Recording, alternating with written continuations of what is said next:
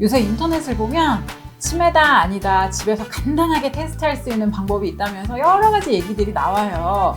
그런데 여러분, 그런 거 보고 나나 나의 부모님이 치매인지 아닌지 간단하게 테스트 해보시면 안 됩니다. 치매 진단이 이렇게 만만한 게 아니에요. 병원에 와서도 1시간 이상의 긴 검사를 통해서 신중하게 판단을 해야 되는 거예요. 그렇게 하다가 치료 시기를 놓치지 마시고요. 오늘 이 영상 꼭 참고해 주세요.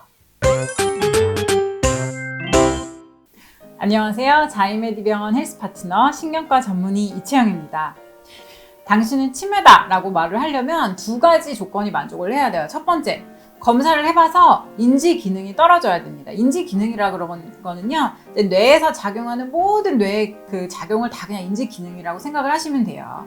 우리가 이제 공부를 할 때도 국영수가 있듯이 인지 기능에도 5가지 크게 보면 그 영역이 있어요. 첫 번째, 집중력. 우리가 이제 딱 집중을 해가지고 어떤 능력을 끝까지 수행을 할 수 있는 능력이 있고요. 그다음에 언어 능력. 말을 알아들어서 이제 무슨 말인지 딱 알아듣고 내가 하고 싶은 말이 딱 할 수 있고, 그런 것들이 언어 능력이고요.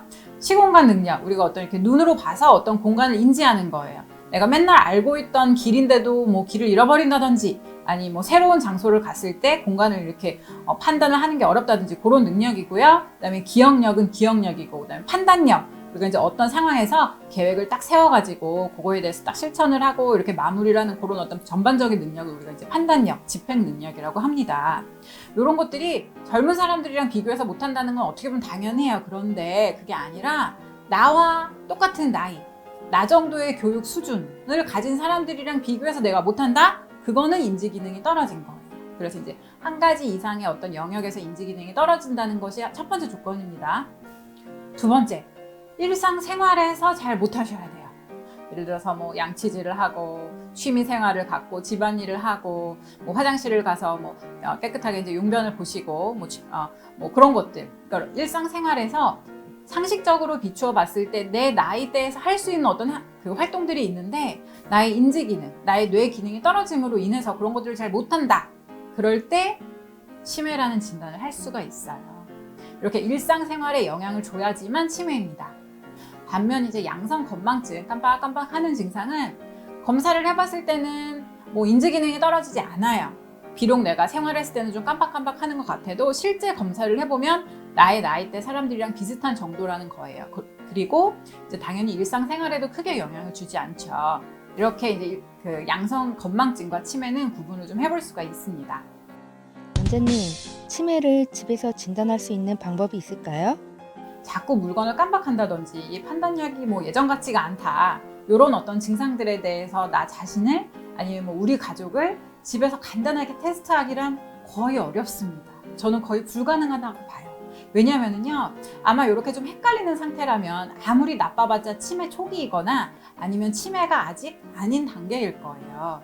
병원에 오시면 치매 진단에 대해서 트레이닝을 받은 의사라고 하더라도 1시간 이상의 이제 긴 검사, 신경심리 검사라고 하는 그 검사 결과, 그다음에 상당히 이제 장시간의 어떤 면담을 통해서 일상생활 어떻게 하시는지 판단을 해서 굉장히 이제 신중하게 나갈 수 있는 것이 치매 진단입니다.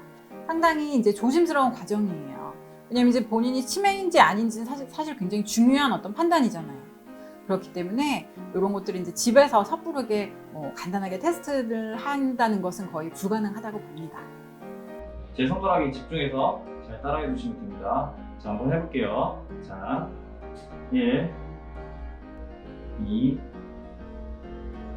여기에 제가 못이 하나 있다고 가정하에 한번 망치질을 한번 하는 모습을 보여주시겠어요? 네. 소화기, 네. 하모니카, 네.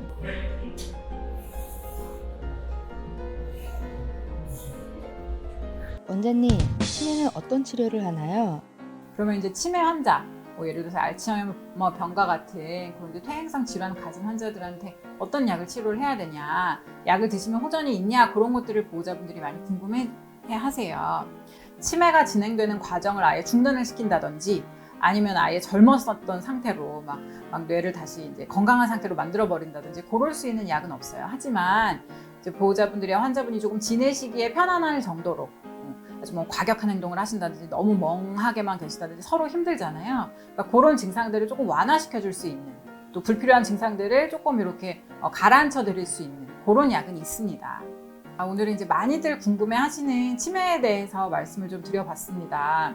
치매다라고 이제 뭐 보호자분들이나 환자분 본인한테 치매라는 이제 판정을 드리면 다들 이제 굉장히 한 걱정들을 하세요. 이제 어떻게 하나 하는데, 사실 이제 노년기에서 오는 치매는 뭐 사람에 따라 조금씩 다르긴 하지만 아주 갑자기 이렇게 나빠진다기보다는 서서히 나빠지시는 경우가 더 많아요. 그래서 이제 제가 말씀을 드릴 때 갑자기 이게 치매 판정이 됐다고 뭐가 달라지는 거는 아니다. 우리 어르신이 그냥 드시는 약이 조금 늘어나고 앞으로 이제 환자분을 조금 케어하는 데 있어서 이런 거에 대해서 좀 주의가 필요하다는 정도로 받아들이셔도 된다고 처음에는 설명을 드려요. 또 한 가지 중요한 건 이제 치매 환자를 결국 케어하는 부분에 있어서 개인 혼자서 가족끼리 하기 너무 힘들거든요. 그래서 이제 우리나라에는 노인장기 요양보험이라는 그래서 좋은 제도가 있는 것이고, 그래서 이제 그런 것들을 잘 이용을 하고 치매 판단이 나가면 이제 의사로서 그런 것들이 이제 서류적으로 도움을 드릴 수가 있기 때문에 그런 어떤 사회 서비스에, 의료 서비스의 도움 좀 이용해 보시기를 말씀을 드립니다.